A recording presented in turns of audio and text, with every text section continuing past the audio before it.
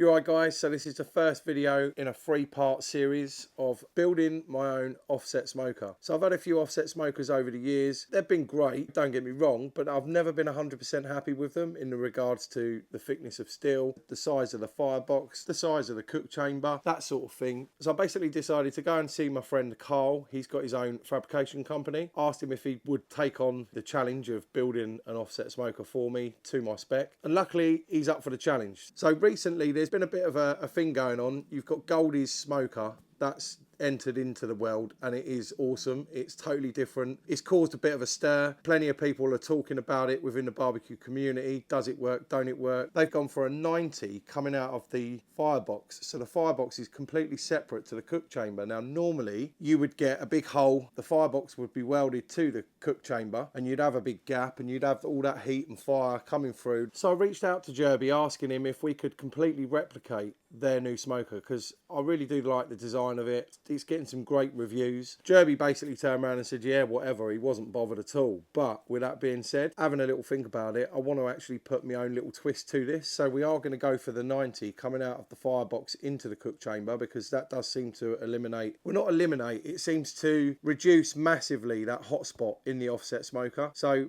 that works. And looking at other smokers, there's lots of companies out there. You've got M&M. They're the ones that are actually building the Goldie Smoker for them. Absolute awesome company. Their stuff looks amazing. They've been going for years. They know their stuff. They make rotisseries, which Goldie's use. But you've also got Workhorse. They're good pits. TMG, absolutely awesome pits too. Their new one they've released out recently looks amazing. You know, so there's lots out there that are really great offset smokers. But to have your own built is awesome. I cannot wait. So instead of having the elbow like the Goldie's one coming out of the cook chamber to the stack, we're going to actually have a collector on the end. So it's like a letterbox system. It's a bit more open. It allows more flow and it hopefully will reduce that hot spot. I mean, Ant's Barbecue recently done a review on Goldie's offset. He absolutely loves it. He thinks it's awesome. But one of the things he did point out, he kind of wished that they had the collector rather than the 90 coming out because it's kind of like hitting a brick wall and it does create a little bit of a hot spot. Nothing major, you know, this is small things. You know, it's awesome to be able to have it built to my spec. I can have the temperature gauges exactly where I want them.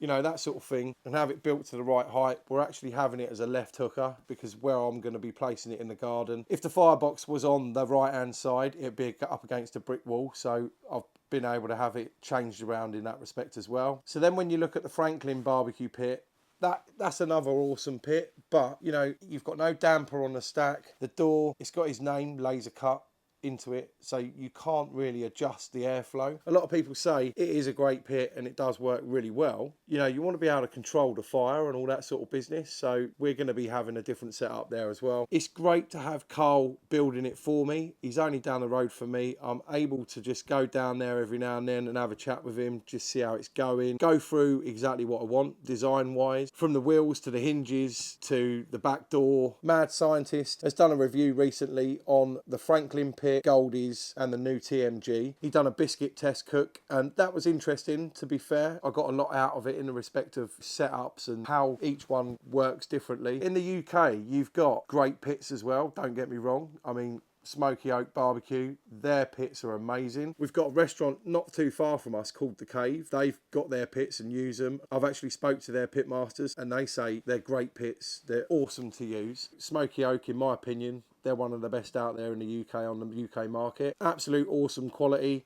The integrity of their company is great. If there's a waiting list, they tell you. And if you don't want to wait, you don't buy it. You know, it's as simple as that. But they are knocking them out the park. Bradley Robinson, Chud's Barbecue, come over recently. He visited Wilson's Barbecue. And even he pointed out how amazing that pit was that is made by Smokey Oak Barbecue. Bradley Robinson knows his stuff. He knows his pits. I mean, come on, he builds his own too. But we're also chatting with the guys from Smokey Oak. They're helping me out with pointers. I'm actually getting the casters, the wheels for my pit from Smokey Oak Barbecue. At the end of the day, they know what works. It's pretty heavy. Just for the sheet steel for the cook chamber and the firebox was, I think it was about 300 kilos.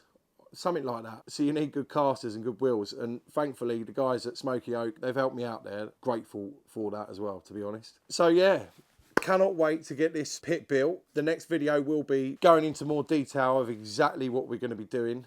Looking forward to this. With that being said,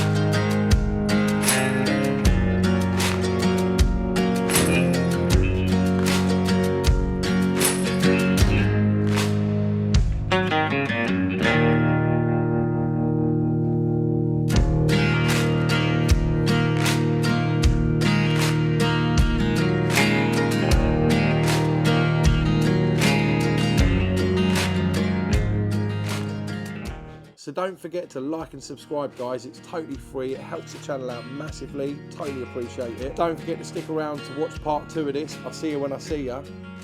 Go and cook something exceptional. Cheers, guys.